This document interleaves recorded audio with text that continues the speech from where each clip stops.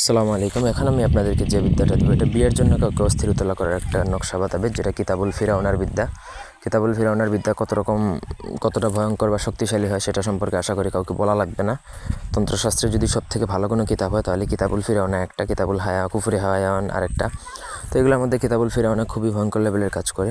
যদি আপনার প্রেমিক বা প্রেমিকা আপনার সাথে দীর্ঘদিন সম্পর্ক কিন্তু আপনাকে এখন বিয়ে করতে চাচ্ছে না, অথবা কথা দিয়েছে কিন্তু এখন সে আপনাকে বিয়ে করতে চায় না, আবার এমনও হয় যে শারীরিক সম্পর্ক করেছে আপনার সাথে বিয়ের প্রলোভন দেখিয়ে কিন্তু এখন করতে চাচ্ছে না, তাহলে তাকে আপনি বিয়ের জন্য অস্থিরতলা করে ফেলতে পারবেন। তখন সেই আপনাকে বিয়ে করার জন্য অস্থির পাগল হয়ে যাবে। আপনি যদি তাকে বিয়ে না করেন তাহলে সে মারা যাবে, এরকম একটা অবস্থা হবে।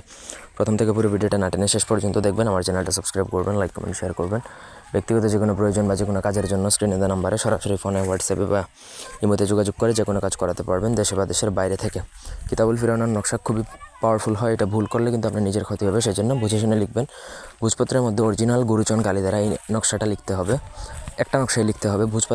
ভোজপাতার মধ্যে লিখবেন এবং গুরুচন কালিটা বাধ্যতামূলক জরুরি, নাহলে নকশা জাগ্রত হবে না। নিচে যার জন্য করবেন, প্রেমিকের জন্য করলে প্রেমিকের নাম, প্রেমিকার জন্য করলে প্রেমিকার নাম, তাদের নাম লিখবেন, বাবার নাম এবং মায়ের নাম লিখবেন। তারপর সেই নকশাটা আপনাকে একটা মাদুলিতে ভরতে হবে, মাদুলিতে ভরে মুখটা বন্ধ করে দিবেন।